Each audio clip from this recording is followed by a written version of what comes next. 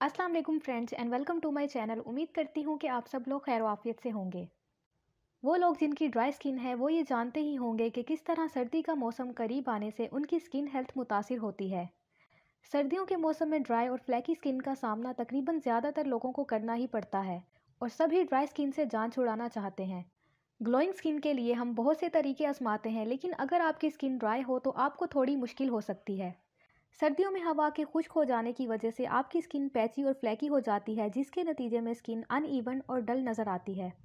अगर आप भी ऐसे लोगों में शामिल हैं जिनकी स्किन सर्दियों के मौसम में बहुत ज़्यादा ड्राई हो जाती है, तो ये वीडियो आपके लिए है, क्योंकि आज की इस वीडियो में मैं आपको कुछ ऐसी होम रेमेडीज़ बताऊंगी जो कि बनाना बहुत ज़्यादा आसान है और इन पर आपका ज़्यादा वक्त भी नहीं लगता। तो इन होम रेमेडीज़ को जानने के लिए आप इस वीडियो को मुकम्मल देखें और चैनल को ज़रूर सब्सक्राइब करें। कोकोनट ऑयल एंड हनी, ये दोनों इंग्रेडिएंट नेचुरल मॉइस्चराइज़र समझे जाते हैं जो कि ड्राई स्किन को मॉइस्चराइज करते हैं। कोकोनट ऑयल और शहद में मॉइस्चराइजिंग और एंटी माइक्रोबियल प्रॉपर्टीज़ हैं जो इस फेस मास्क को ड्राई स्किन के लिए इफेक्टिव बनाती हैं। इस रेमेडी को बनाने के लिए आप 1 चम्मच नारियल का तेल लें और 1 चम्मच शहद लेकर दोनों को मिक्स कर लें और फिर इसे अपने चेहरे, गर्दन और हाथों पर लगाकर 30 मिनट के लिए छोड़ दें।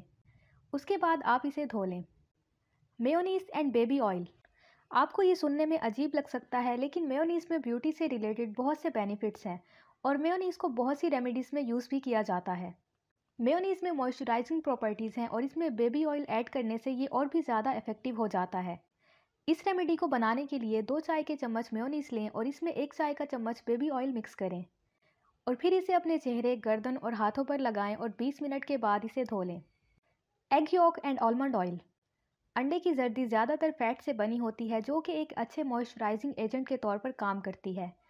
दूसरी तरफ बादाम का तेल vitamin E, monounsaturated fatty acid, protein, potassium, zinc और लातादाद मिनरल्स और विटामिन से भरपूर होते हैं, जो कि इसे बेहतरीन स्किन केयर इंग्रेडिएंट बनाते हैं और इसे बहुत सी स्किन प्रोडक्ट्स में भी इस्तेमाल किया जाता है।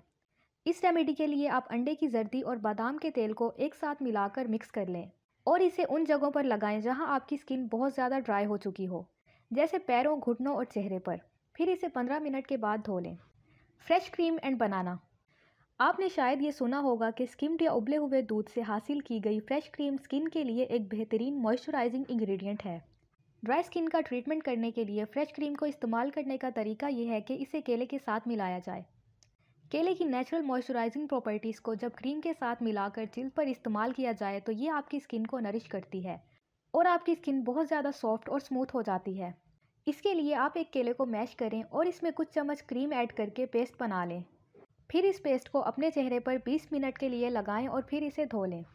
चॉकलेट एंड हनी, शहद के बारे में तो आप सब जानते ही हैं कि ये स्किन के लिए कितना ज़्यादा फ़ायदेमंद है, लेकिन इसे चॉकलेट के साथ मिलाने के बारे में आपने नहीं सोचा होगा।